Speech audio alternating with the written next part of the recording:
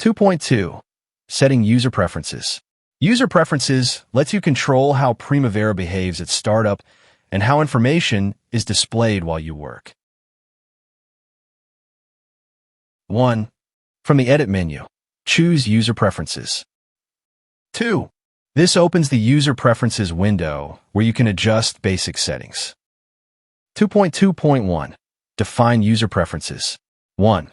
On the Application tab, set your main startup options. 2. Choose which window you want Primavera to open when the application starts. 3. Adjust how grouping labels appear when viewing group tables. 4.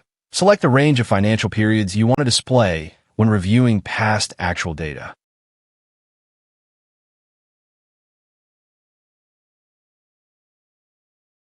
Two point two point two. Define how to display time information. 1. Open the Time Units tab to set default units for work effort, resource availability, and prices. 2. Enable subunit for more detailed time values. 3. Choose how many decimal places should appear for time unit values. 4. Turn on or off the option that shows the time unit label next to the value. 5. Select the time unit used for activity durations and enable the subunit option if you want smaller increments to be shown. 6. Set the number of decimal places that should appear for activity durations. 7. Enable or disable the unit label for activity duration values. 8. Choose how you want resource units per time to be displayed, either as a percentage or as units per duration. 2.2.3. Specify a format for dates. 1. Set the order in which dates appear, such as day, month, year, or month, day, year, so that the format matches your region or company standard. 2. Decide whether you want the time of day to be shown along with the date. 3. Apply the chosen date formatting style so Primavera uses it consistently across all date fields in the application. 4. Specify how or whether you want to display time. 2.2.4.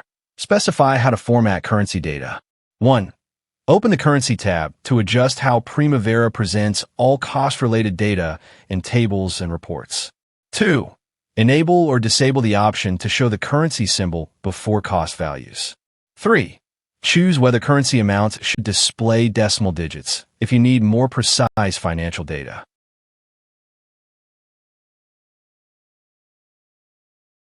2.2.5.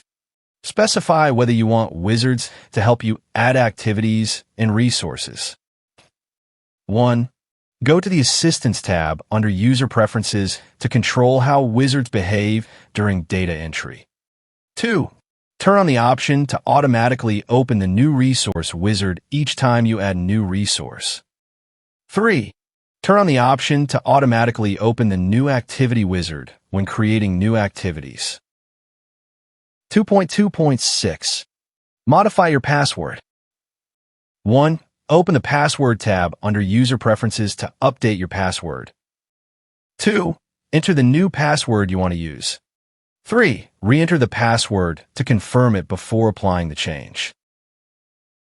4. Open Admin Preferences from the main menu to configure system-level settings, including password rules and restrictions.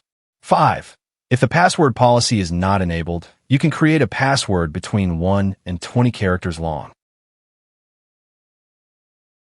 2.2.7. Set Resource Analysis Options. 1.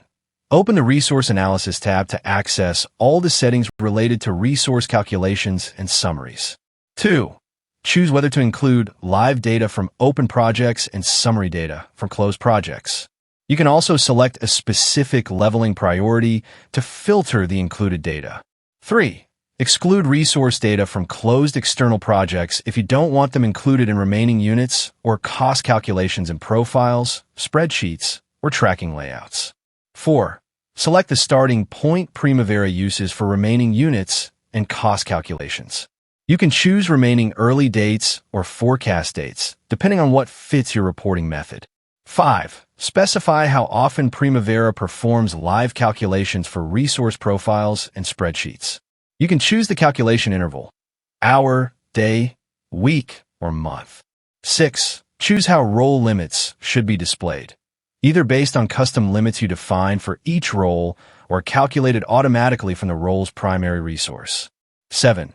Use these settings to control the way Primavera analyzes resource usage and cost distribution across all open and closed projects.